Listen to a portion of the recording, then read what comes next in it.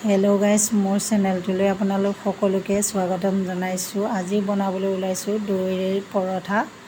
আৰু আপোনালোকে ভাবি আচৰিত হৈছে চাগৈ, নহয় জানো?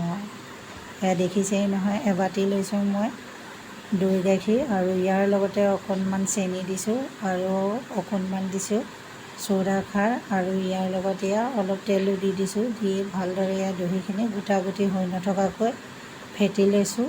আৰু এয়া আধা বাতি লৈছোঁ ময়দাখিনি মই অলপ অলপ দি এনেকৈ, আৰু ইয়াৰ লগতে ইয়াত কেইটামান দিছোঁ জিৰা।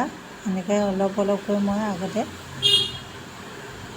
ময়দাখিনি মঠি ল'ম। আৰু এয়া দেখিছেই নহয়, ধুনীয়াকৈ মঠি লৈছোঁ। আৰু ইয়াৰ ওপৰত এতিয়া অলপ এনেকৈ তেল লগাই ঢাকন মাৰি অলপ সময়ৰ কাৰণে 20-25 মিনিটৰ কাৰণে এনেকৈ ঢাকন মাৰি ৰাখি দিম। আহক এতিয়া এয়া চব্জি তৈয়াৰ কৰি লওঁ। এয়া পটল আৰু আলু এনেকৈ টুকুৰা টুকুৰকৈ কাটি লৈছোঁ। আগতে মই পটলখিনি এনেকৈ পিঁয়াজ আৰু কেঁচা জলকীয়া দি এনেকৈ অলপ সময় এনেকৈ ভাজি ৰাখি ল'ম।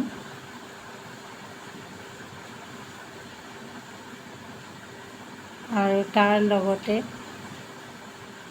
দেখিছে নহয়, নিমখ হালধি সকলোখিনি দি অলপ ভাজি চব্জিখিনি উলিয়াই ৰাখি দিম।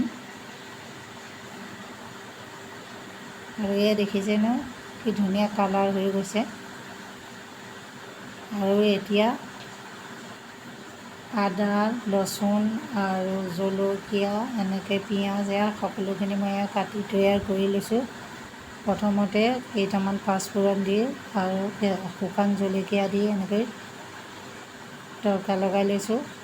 তাৰপাছতে এয়া আদা ৰচুনৰ পেষ্টটো ঢালি হালধি, নিমখ আৰু মছলা গোটেইখিনি দি ভালদৰে ধুনীয়াকৈ ভাজি ল'ম মছলাখিনি। আৰু নিমখ হালধি ইয়াৰ লগতে আকৌ দি দিছোঁ অকণমান। আৰু মছলাটো ভজা হৈ গ'ল, ইয়াৰ লগত ঢালি দিম এতিয়া এই ভাজি থোৱা চব্জিখিনি।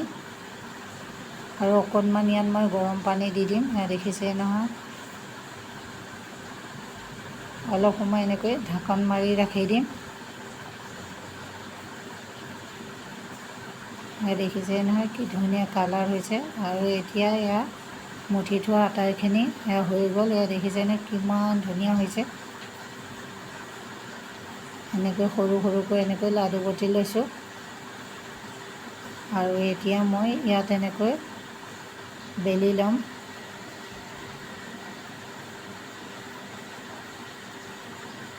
দেখিছে নহয়, ইয়াৰ ওপৰত অলপ অলপ এনেকৈ তেল লগাই দিম।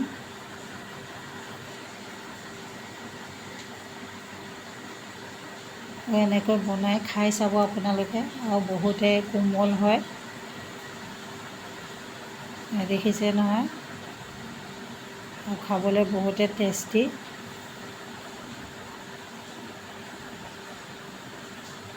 বনি তৈয়াৰ হৈ গ'ল।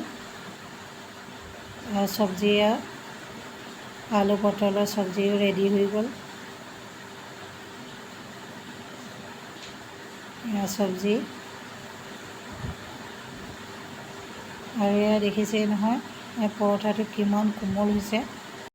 ভিডিঅ'টো ভাল লাগিলে লাইক কৰি দিব। আজিলৈ আহোঁ বাৰু, আকৌ লগ পাম আন এটি ভিডিঅ'ত।